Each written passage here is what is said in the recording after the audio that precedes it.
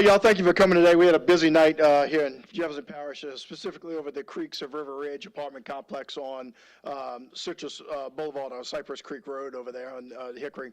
Had a bunch of burglaries just after 2 o'clock. Our deputies were dispatched by a citizen that saw some people breaking into vehicles at that location.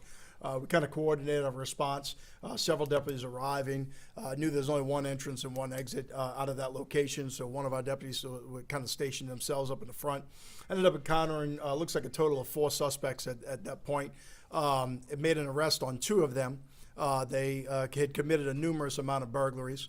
One of the suspects was able to flee on foot, and actually, during that flee on foot, it looked like he tried to carjack or commit a first-degree robbery of a suspect vehicle outside. A victim's vehicle outside on the thing in order to get away. That vehicle crashed out, and the suspect got out on foot and was able to flee and make good his escape. Second person was in a vehicle fleeing outside of that apartment complex. Came into encounter with the deputies that were trying to, close that exit in. He drove up onto the median, neutral ground, whatever you want to say, of that complex.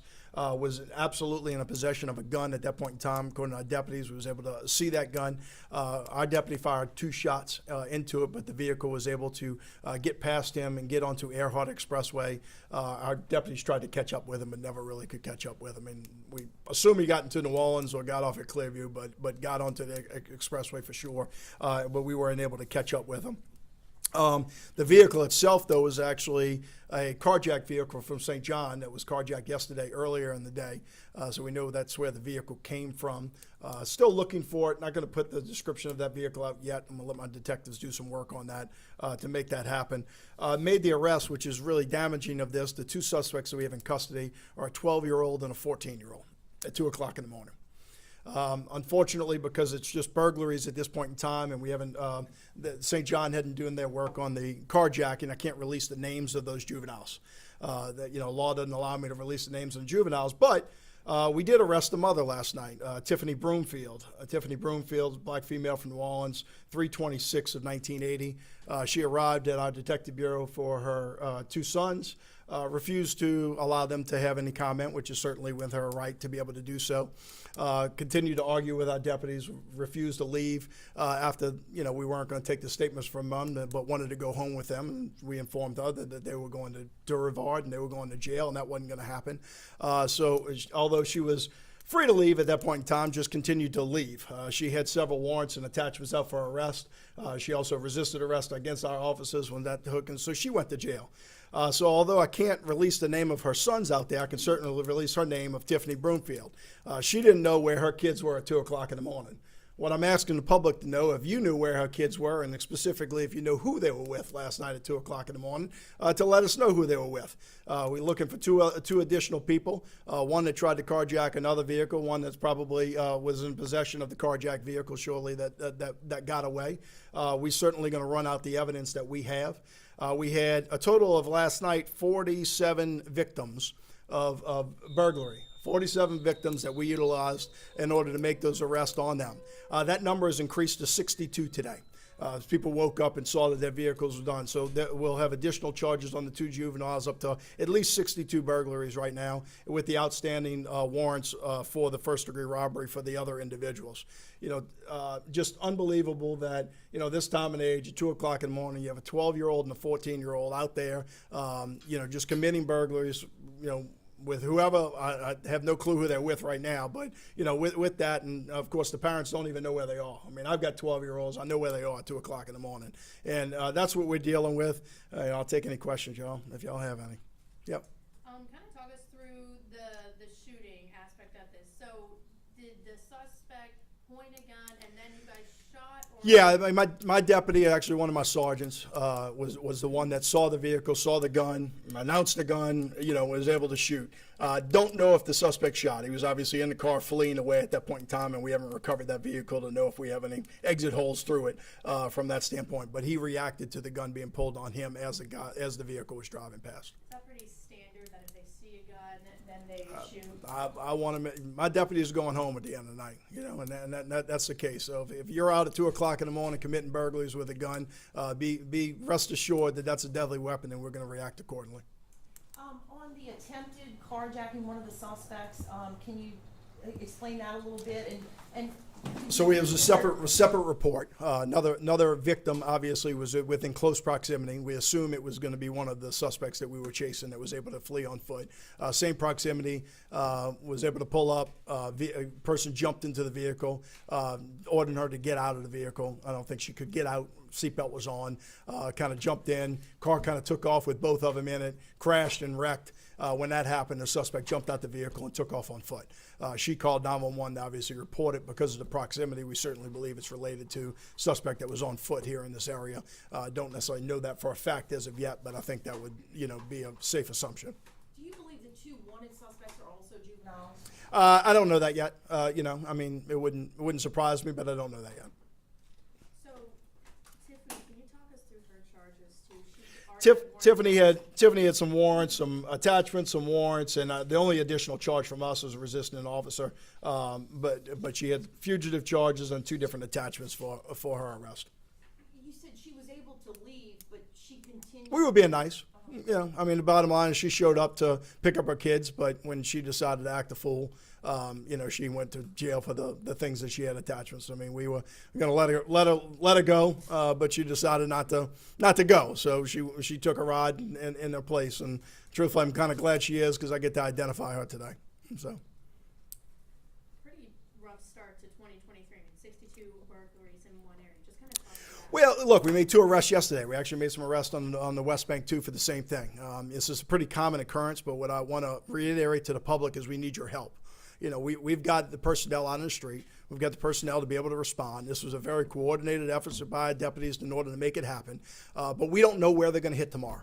We don't know what street it's going to be on. Look, if I can take any one of y'all for a ride tonight, and you tell me which street they're going to hit on or what apartment complex it's going to be on. That's just not the reality. Our deputies don't have, a million sets of eyes to be there when it's occurring. We need your help to be able to see something which happened last night.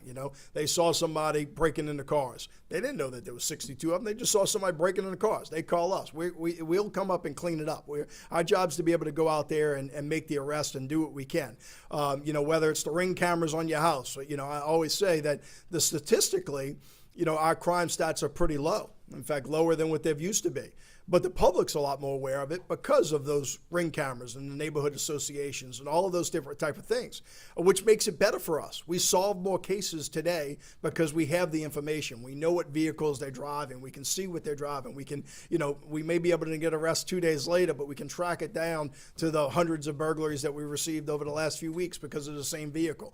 And so our arrest rate is a lot higher than it used to be in the past, but it's having the public be able to, look at those notifications at something at 2 o'clock in the morning. Give us the opportunity to be able to get out there and catch them.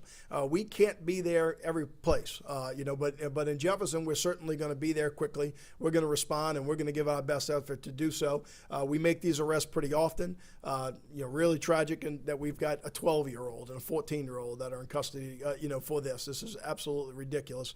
That's even, in their mind or for any stretch of the imagination, right? Sheriff, just to clarify, I know you went through the attempt. It was a carjacking. Well, you remember, first-degree robbery is a higher charge than a carjacking. Carjacking is when you're unarmed and you pull somebody out the vehicle and take it. So although we classify things as carjackings, most of the time they're first-degree robbery and armed robbery. First-degree robbery and armed robbery is a higher charge than a carjacking. So this was a first-degree robbery of a vehicle. Okay. The victim was in the vehicle. You said she was unable to get out. She was unable to get out. Seatbelt was on. Yeah. Driver's seat. I think he jumped on her lap, to be honest with you. I think that's kind of what happened. And crashed a short time later? Crashed, Was that yeah, complex? right. It was outside the complex on Hickory, I believe it was.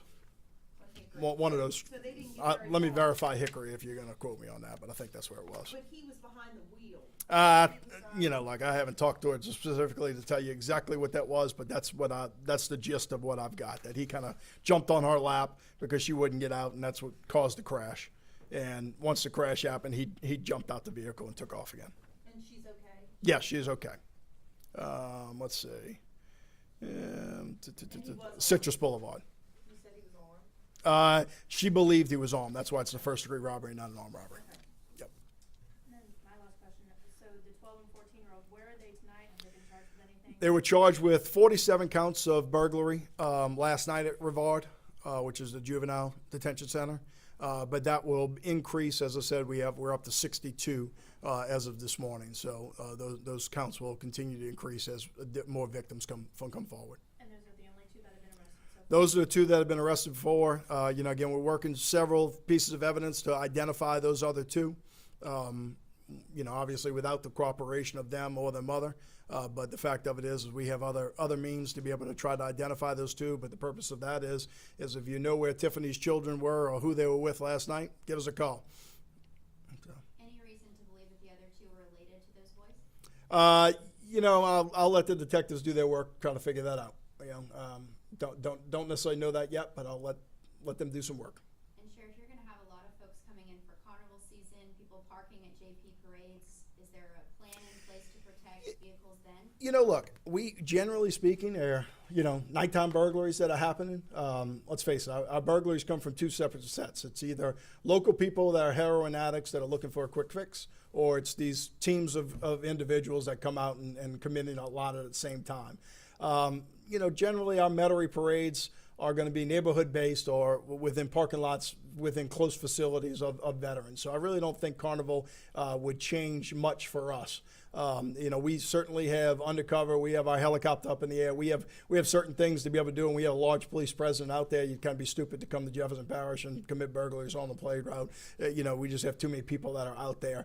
So that's not normally a big problem for us during Mardi Gras, and I wouldn't think there'd be a big difference this year. Yep.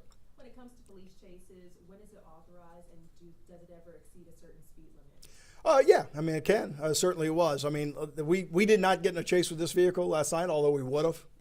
Truth of it is I would have certainly authorized it. Normally in Jefferson Parish, we wanted to be a suspected felony, which this would have fit that model to be so. All of my officers, all my rank, and all of my 911 have the ability to cancel pursuits. And that depends on a lot of things. How many officers do I have behind it, or in close proximity? What's the signal? What time of day is it? Most pursuits don't end good. We know that. They're going to end in a wreck. We hope it's a one-car wreck. But the fact of it is most pursuits don't end well. So you've got to put all of those things in perspective of when do you cancel a pursuit or when do you not. But I've got to let the deputies and the supervisors that are working at 2 o'clock in the morning make those decisions. In this case, that wasn't a decision I had to. We had a pursuit with a burglary suspects yesterday that we ended up catching. So it certainly would have been authorized. It just didn't happen last night just because they were able to get on. We just had the officer-involved shooting. They were able to get on Earhart, and the clearest deputy wasn't in their vehicle. And we also had suspects at large that we were chasing on foot in the complex that we caught. So, several things that happened. Your concentration isn't just on the one person that got away. It's also on the two that you just arrested, too. So that's the case. And forgive me if Sure. you've already spelled it. Can you spell Tiffany's first and last name? Tiffany, Broomfield, Broomfield. Thank you. Sheriff, the brothers are from New Orleans? They are, yeah. They all the mother and both of them all have addresses in New Orleans. Correct. Yes, ma'am. How old is Tiffany? And then also, is there any indication that the suspect who fled in the car was hit when the deputy? Haven't shown up at a hospital. We checked with different hospitals last night. If he was, come on in. We'll identify him and we'll put him in jail also. But no, I don't have any information that he was hit. Tiffany is born in 1980. So what does that make her? 42? 42. This year she'll be 43 in a couple months. Thank you very much. Appreciate it. Have a great day.